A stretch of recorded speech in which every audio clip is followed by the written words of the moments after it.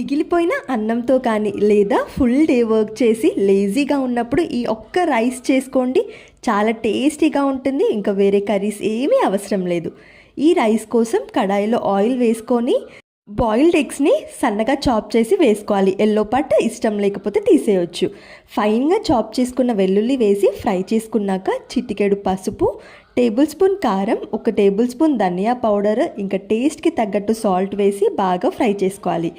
ఇందులోనే పచ్చిమిర్చి, ఫైన్గా చాప్ చేసుకున్న ఆనియన్, ఇంకా టొమాటో వేసుకొని బాగా ఫ్రై చేసుకున్న తర్వాత మూత పెట్టేసి ఆయిల్ సెపరేట్ అయ్యేంత వరకు, పైకి తేలేంత వరకు ఉడికించుకోవాలి. ఇలా కుక్ అయిన తర్వాత ఇంకా ఇందులోనే అప్పటికప్పుడు వండుకున్న రైస్ అయినా లేదా లెఫ్ట్ ఓవర్ రైస్ వేసుకొని బాగా టాస్ చేసేసి ఫైనల్గా కొత్తిమీరతో గార్నిష్ చేసుకుంటే మన tasty egg boiled fried rice ready. పచ్చి ఆనియన్ సైడ్గా పెట్టుకుంటూ తింటే టేస్ట్ చాలా బాగుంటుంది.